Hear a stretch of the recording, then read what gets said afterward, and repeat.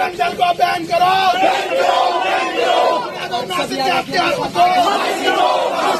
मेरे भाइयों ये 420 हुआ है, हमारे साथ में क्या हुआ है 420 ही हुआ है। कहाँ रो किसके सामने? अरे क्या डरोगे इनसे? ये तो सत्ता के गुलाम है, ये तो आकाओं के गुलाम है।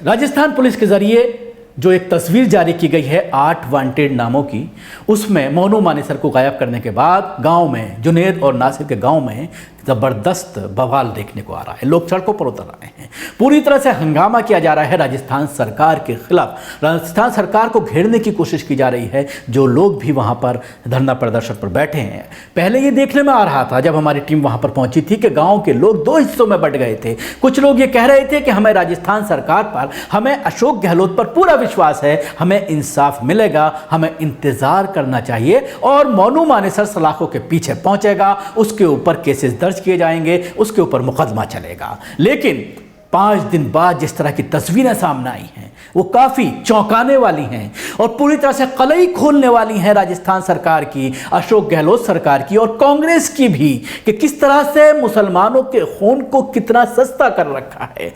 20 लाख रुपए का मुआवजा महज ऐलान करने के बाद जब तक इस तरह के आरोपी सलाखों के पीछे नहीं पहुंचते, मुसलमानों के ऊपर मजालिम का सिलसिला थमने वाला नहीं है।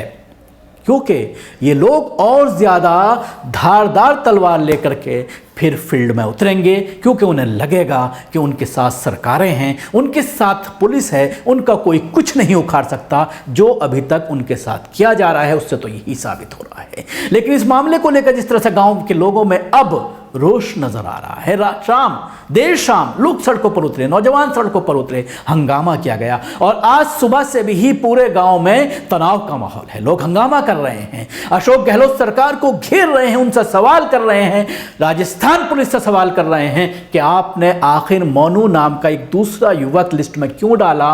मोनू मानेसर को क्लीन किन आधार पर चिट दी गई? हालांकि हरियाणा पुलिस का और राजस्थान पुलिस का यह कहना है कि कुछ सीसीटीवी फुटेज मिले हैं जिनके आधार पर इन 8 वांटेड लोगों की लिस्ट जारी की गई है। एक व्यक्ति को गिरफ्तार किया गया है, यानी टोटल ये 9 आरोपी थे जिनको लेकर के हमने सर्विलांस किया गया। सर्विलांस के बाद कुछ सीसीटीवी फुटेज, कुछ फोटोग्राफ हमारे हाथ लगे हैं और उसके बाद हम इन आरोपियों को चिन्हित करने में कामयाब रहे हैं। लेकिन इसके साथ ही जिस तरह से मोनू मानेसर को क्लीन चिट दी जा रही है, आप देख रहे हैं किस तरह से 4-5 दिन से हिंदुवादी संगठन एक्टिव है पूरे हरियाणा में, जगह जगह पर महापंचायतें की जा रही हैं। मोनू मानेसर और उसके साथ ही जितने आतंकी उसके यार दोस्त हैं उनको जिस तरह से बचाने की कोशिश की जा रही है, अब तो कोशिश नहीं बल्कि ये कहा जाएगा पूरी तरह से कामयाब रहे हैं हिंदुवादी संगठन इन लोगों को बचाने में और इनके आतंक को आगे बढ़ाने में पूरा सहयोग पुलिस का इनके साथ है। जिस तरह से नक्शे चल रहा है, इससे पहले पैकेज में आपने देखा होगा किस तरह से 15,000 से ज़्यादा विजिलेटर पूरे हरियाणा में सक्रिय हैं गौ तस्कर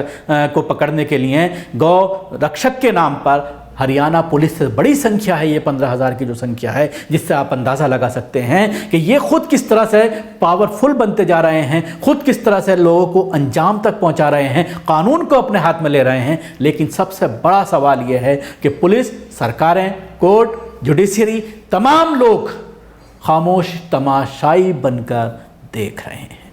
1 हफ्ते से ज़्यादा हो गया है, ना तो हरियाणा हाई कोर्ट और ना ही हमारी सुप्रीम कोर्ट ने इस पर कोई सोमोटिव लिया है। जिस तरह से बहुत ही दिल दहलाने वाली घटना ये सामने आई है जुनेद और नासिर के साथ, जिस तरह से गन अपराध किया गया, जिस तरह से उनकी गाड़ी को आग के हवाले कर दिया गया, लेकिन उसके बाद इंसाफ की आस लगाए बैठे उसके घर वालों को एक बड़ा झटका उस वक्त लगा जब कल राजस्थान पुलिस ने 8 वांटेड लोगों की लिस्ट जारी की और उसमें मोनू मानेसर का नाम गायब कर दिया गया।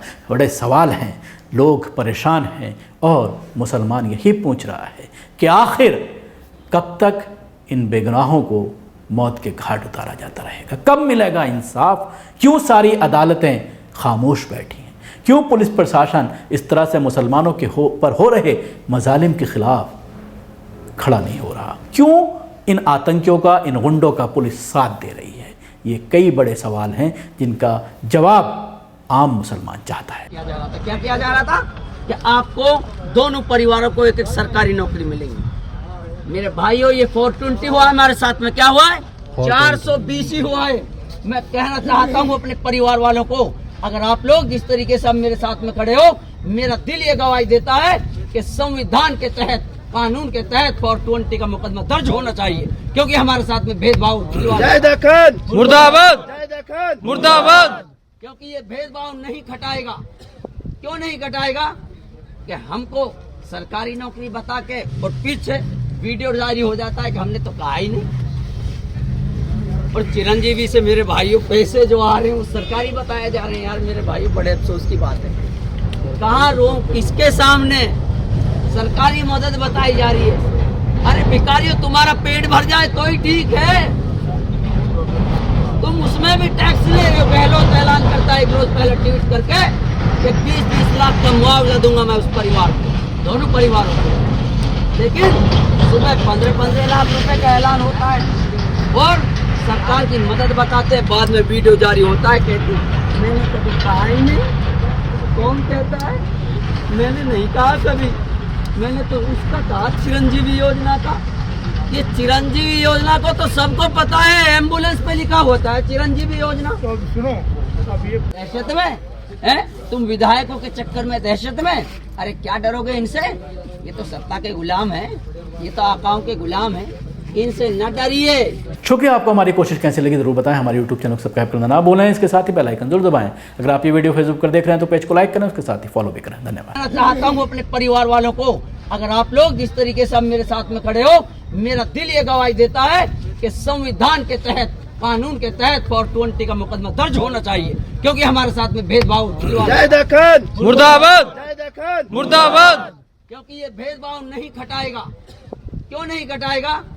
कि हमको सरकारी नौकरी बता के और पीछे वीडियो जारी हो जाता है कि हमने तो कहा ही नहीं।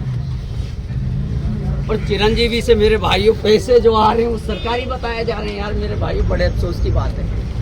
कहाँ रो, किसके सामने सरकारी मदद बताई जा रही है? अरे भिखारियों, तुम्हारा पेट भर जाए तो ही ठीक है, तुम उसमें भी टैक्स ले रहे हो। गहलोत ऐलान करता है एक रोज पहले ट्वीट करके कि 20-20 लाख का मुआवजा दूंगा मैं उस परिवार को, दोनों परिवारों को। लेकिन सुबह 15-15 लाख रुपए का ऐलान होता है और सरकार की मदद बताते हैं, बाद में वीडियो जारी होता है, कहती मैंने कभी कहा ही नहीं। कौन कहता है? मैंने नहीं कहा कभी, मैंने तो उसका कहा चिरंजीवी योजना का। ये चिरंजीवी योजना को तो सबको पता है, एम्बुलेंस पे लिखा होता है चिरंजीवी योजना। तो सुनो, अब ये किया जा रहा था, क्या किया जा रहा था कि आपको दोनों परिवारों को एक सरकारी नौकरी मिलेगी। मेरे भाइयों, ये 420 हुआ है हमारे साथ में, क्या हुआ है? 420 ही हुआ है। मैं कहना चाहता हूँ अपने परिवार वालों को, अगर आप लोग जिस तरीके से अब मेरे साथ में खड़े हो, मेरा दिल ये गवाही देता है कि संविधान के तहत, कानून के तहत 420 का मुकदमा दर्ज होना चाहिए, क्योंकि हमारे साथ में भेदभाव मुर्दाबाद मुर्दाबाद। क्योंकि ये भेदभाव नहीं खटाएगा। क्यों नहीं खटाएगा? कि हमको सरकारी नौकरी बता के और पीछे वीडियो जारी हो जाता है कि हमने तो कहा ही नहीं। और चिरंजीवी से मेरे भाइयों पैसे जो आ रहे हैं वो सरकारी बताए जा रहे हैं। यार मेरे भाइयों, बड़े अफसोस की बात है।